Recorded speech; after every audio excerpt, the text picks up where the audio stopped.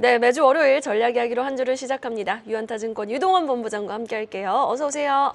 안녕하십니까? 자, 미국 증시가 2주 연속 하락하는 모습입니다. 이제 네. 이번 주죠. 9월 20일 FOMC 회의를 앞두고도 변동성이 예상되는데 당분간 본부장님은 시장 어떻게 좀 예상하고 계십니까? 네. 참 안타까운 금요일이었습니다. 아무래도 이제 트리플 위칭데이다 보니까 금요일 지수 선물 만기에 따라서 하락 및 변동성이 확대되는 모습을 보였습니다. 지금 미증시 흐름 한번 보시면은 지난 일주일 사이에 S&P 500이 0.16%, 나스닥이 0.4% 하락을 했습니다. 중요한 것은 금요일 날 하락폭이 제법 컸었다라는 부분이 되겠고요. 아무래도 지금 20일까지 FOMC 미팅 아직 시간이 남아 있다 보니까 변동성이 계속 유지가 될 확률이 높은 그런 시기인 것 같습니다. 지금 이 빅스 지수의 한번 흐름을 보시면은 과거에 지금 9월달, 10월달이 굉장히 변동성이 높은 구간이거든요. 근데 지금은 많이 떨어져 있기 때문에 이게 또 추가로 올라가면 어떡하나 뭐 이런 걱정까지 지금 만들어지고 있습니다. 자, 이런 걱정이 나오는 이유는 아무래도 유가가 계속 상승을 하고 있고 여기에 따라서 미국의 10년 국채 금리가 상승 추세에 있기 때문에 그렇습니다. 차트를 한번 보시면 과거에 마지막으로 금리를 올리고 나서 금리가 빠지는 그런 현상, 10년 국채 금리가 빠지는 현상이 나왔었고요. 이게 95년도 그리고 또 2006년도에도 마찬가지로 하락하는 주기가 나왔습니다. 이러면서 이제 증시가 상승을 해줬는데 지금 최근 보시면은 다시 상승을 하는 모습이잖아요. 그래서 아직까지 금리 인상이 남아 있는 게 아니냐. 이런 두려움을 좀 야기를 하고 있습니다. 그렇다 보니까 지금 저희가 생각할 때는 채권에 투자는 좀 부담스럽다는 말씀을 드리겠고요. 그래서 포트폴리오 구성을 한번 보시면은 여전히 채권 비중을 20% 가져가고 주식을 80% 가져가는 전략을 가져갑니다. 6대4 전략, 60대 40이 아니고요. 채권은 절반만 가져가는 전략이 지금 중요하다라고 말씀을 드리겠습니다. 그 이유는 아무래도 미 연준이 금리 인상을 멈추겠다. 이런 얘기가 나오면 시장은 급등을 하기 시작할 텐데 약간 좀 열어놓은 상황이죠. 11월까지 금리 한 번 더 올리는 거 아니냐 이런 두려움을 야기를 하고 있습니다. 자, 그렇다면 상승 변곡점이 일어나려면 필요한 게 뭘까요? 결국 실적입니다. 실적이 발표되는 모습이 나오면서 상승을 할지 아니면 그 한 달 전부터 상승을 할지는 결국 9월 20일 날 어느 정도 강도로서 추가 금리를 인상을 할 건지 안 할 건지에 대한 얘기가 나오는 것이 중요한 그런 타이밍이지 않을까라는 생각이 듭니다. 네, 그 가운데 여전히 경기 침체에 대한 우려스러운 목소리가 나오고 있습니다. 한편 또 미 국채 금리는 지속적으로 상승하는 모습이잖아요. 네. 미 2년물 금리가 이제 또 한 주간 5%를 웃도는 모습을 계속해서 보여줬는데 네. 본부장님께서는 은행 대출 증가율 높지 않아서 거품 가능성도 뭐 경기 침체 가능성도 현저히 낮다라고 보시는 거죠? 네, 지금 헷갈리는 부분이 예를 들어서 금리가 올라가고 있고요.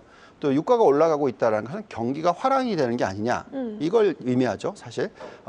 근데 또 반면에는 지금 경기 침체 얘기를 또 하고 있어요. 그래서 투자자들이 굉장히 헷갈릴 수가 있습니다. 맞아요. 그래서 예대율 수치를 보면서 판단을 하면 우선 과열이 일어나면 안 되니까 과열은 일어나지 않고 있다라는 것을 보여드리겠습니다. 지금 미국의 예대율을 보시면은 급격하게 상승을 했지만 최근 들어서는 70%대에서 그렇게 큰 변화가 없는 모습이 지금 자꾸 나오고 있죠.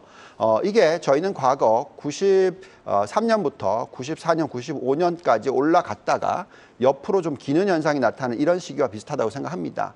대출 증가율이 급격하게 일어나지 않는다라는 것은 경기 침체가 빠르게 일어나지도 않을 것이고 또 경기 과열이 또 일어나지도 않을 것이다라는 것을 의미합니다. 근데 어떤 분들은 지금 이렇게 대출이 안 늘고 있는 것이 경기 침체와 연결이 되는 게 아닌가라는 걱정을 하기도 하시죠. 자, 그 이유는 이런 숫자 때문에 그렇습니다. 미국 은행의 대출 평가 기준이 상당히 강화가 됐죠. 과거 보시면 이렇게 강화가 된 수준이었을 때 대부분 다 경기 침체가 왔다. 이런 의미입니다. 그래서 지금 많이 올라갔기 때문에 경기 침체가 오는 게 아닌가라는 걱정을 하는 거고요. 만약 이렇게 되면은 시장은 급락이 올 수가 있는 게 아닌가 이렇게 걱정을 하는 겁니다. 자, 그런데 저희가 보기에는 그런 펀더멘탈적인 숫자가 나오고 있지 않아서 다행이다라고 말씀을 드리겠고요. 지금 보시면 산업 생산이나 제조업 생산이 예상치보다 좋게 나오고 있는 숫자가 나오고 있고요. 또 학생 대출 상환이 크게 일어나면서 지금 대출 증가율이 늘지 않는 것이지 기본적인 대출 증가율은 어느 정도 수준을 유지하고 있다라고 말씀을 드리겠습니다. 또한 지금 이 숫자를 보시면은 상당히 펀더멘탈이 튼튼하다는 것이 나오는데요. 미국의 신규 창업 수 애플리케이션 수가 과거에 경기가 괜찮았을 때 수준보다 훨씬 높은 수준이 나오고 있고요. 반면에 기업의 부도수 연체 부분에 있어서 보시면은 많이 하락을 하고 올라가고는 있지만 과거에 코로나19 터지기 전 수준보다 낮은 상황입니다. 자, 그래서 지금 현재의 기업의 펀더멘탈이 굉장히 튼튼하다라는 것을 의미하고 또 가계의 펀더멘탈도 튼튼하다라는 것이기 때문에 경기 침체도 빠르게 일어나지 않을 것이다라는 게 중요할 것 같습니다. 네, 최근 주식시장을 향한 자금 유입이 또 확대가 되는 모습인데요. 하지만 업종별 흐름을 보면은 약간 또 걱정스러운 흐름이라고 진단을 해주셨어요. 결국 증시가 재상승을 위해서는 유동성보다는 3분기 실적이 조금 더 중요하겠네요. 그렇습니다. 자, 우선 주식형 펀드로의 자금 유입을 보고 있으면 마음은 편해집니다. 지금 보시면은 굉장히 많이 올라갔습니다. 그 숫자가 어느 정도 수준이냐면 코로나가 일어나고 나서 많은 분들이 이제 주식을 투자를 늘리는 그런 모습이 부양정책과 함께 나왔었죠. 그때 수준 가까이의 수준의 어떤 자금 유입이 나타나기 시작했습니다. 그렇기 때문에 이런 것은 상당히 좋은 모습이고요. 그렇지만 지금 주가의 흐름으로 놓고 보면은 로테이션이라고 얘기하죠. 업종들의 변화가 생겼는데 그게 어디서 나왔냐면 IT, 테크놀로지 쪽과 임의 소비재, 전기차를 포함한 부분이 약해지면서 오히려 에너지라든지 금융업종들의 상승률이 높게 시장을 주도하는 그런 모습이 나타났습니다. 만약에 이런 추세가 계속 이어진다면 인플레이션이나 경기에 부담이 되고요. 그렇기 때문에 경기 침체로 넘어가는 시기가 곧 올 것이 아닌가라고 생각을 할 수가 있습니다. 그렇지만 저희는 아까도 말씀을 드렸지만 경기 침체 가능성이 낮다라고 말씀을 드렸죠. 자, 그렇기 때문에 지금 나타나는 현상은 일시적이지 않을까라고 생각을 합니다. 자, 지금 한번 실적 발표, 2, 4분기 실적 발표가 다 끝났지 않습니까? 보시면은 실적을 발표하기 전 한 달 반 동안에는 계속 올라갔어요. 실적이 예상치보다 높던 낮던 간에 모든 종목들이 다 올라가는 추세였고요. 반면에 실적을 발표하기 시작하면서 예상보다 높은 숫자를 발표하던 낮은 숫자를 발표를 하던 주가가 하락하는 모습을 보였습니다. 자, 결국은 이게 무슨 얘기냐면 너무 많이 올랐기 때문에 조정이 필요했다라는 의미가 되겠고요. 근데 중요한 것은 그럼 결국은 3, 4분기 실적이 어떻게 될 거냐 하는 부분이 되겠습니다. 자, 보시면은 지금 3, 4분기에 대한 실적 예측치는 지금 이 오렌지색 선으로 보시면은 거의 움직이지 않고 오히려 옆으로 기는 모습이잖아요. 이게 예상치인데 지금 도이치가 예측하는 이 보라색 선은 보시면 크게 올라갈 거다라고 예측을 하고 있어요. 자, 결국은 3분기 실적 예상치가 지금 어떻게 되고 있고 앞으로 어떻게 되느냐 이게 중요하겠죠. 근데 지금 보시면은 어쨌든 컨센서스도 이런 모습입니다.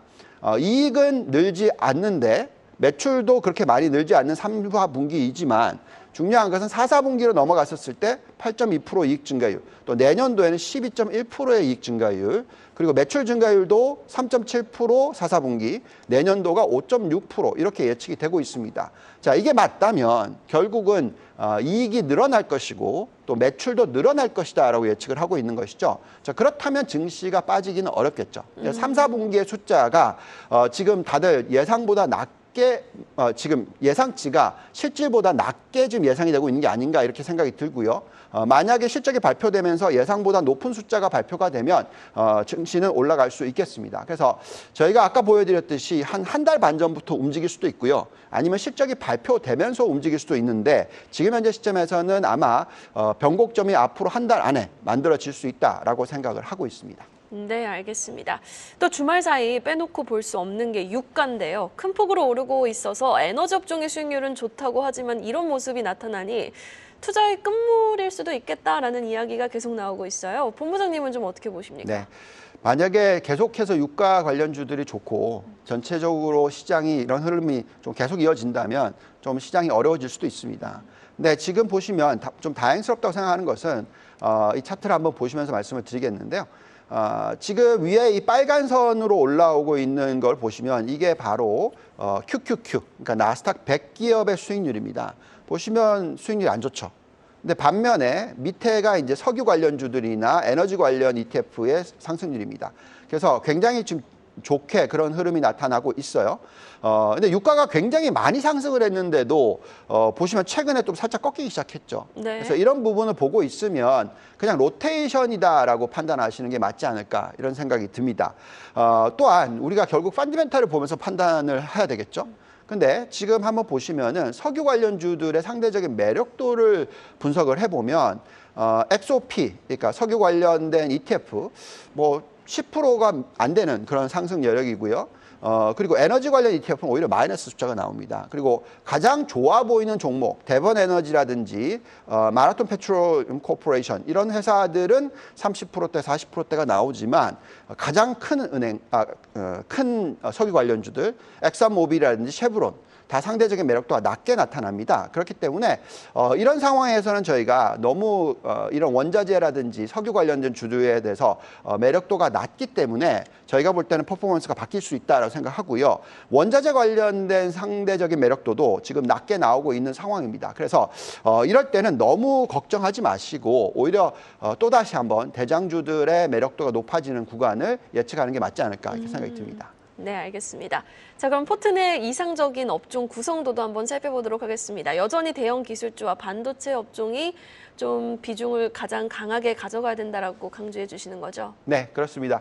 저희는 이번 사이클이 그렇게 짧게 끝날 것 같아 보이지 않습니다. AI 사이클이든 전기차 사이클이든 계속 진행형이다라고 판단하고 있고요. 그래서 전체적으로 지금 보시면 80%의 성장주 비중을 가져가고요. 여기에 대형 기술주, 반도체, 소프트웨어, IT, 전기차 부품이 굉장히 큰 폭을 차지하고 있습니다. 자, 상대적인 매력도를 한번 보겠습니다. 대형 기술주 7개, 매그니피컨 7이라고 얘기를 하죠. 지금 전체적인 평균 숫자가 65%대니까 상대적으로 나스닥보다도 훨씬 높은 상대적인 매력도를 가지고 있다라는 게 중요할 것 같습니다. 또 이 안에서 지금 반도체 AI 관련된 종목들 한번 자세히 들여다보면 엔비디아라든지 어도비, 오토데스크, 브로드컴, 인텔 이런 종목들 상대적인 매력도 상당히 높다 이렇게 나타나고 있고요. 또 한국의 종목들도 올라옵니다. SK 하이닉스, AMD, 삼성전자, 한미반도체, 그리고 나서 이제 어프라이 머티리얼스. 그래서 지금 현재의 이 반도체 사이클은 여전히 유효하다라고 판단을 하고 있고요. 또한 전기차 부분도 보겠는데요. 한국 종목들이 많이 올라와요. 그럼요. 네.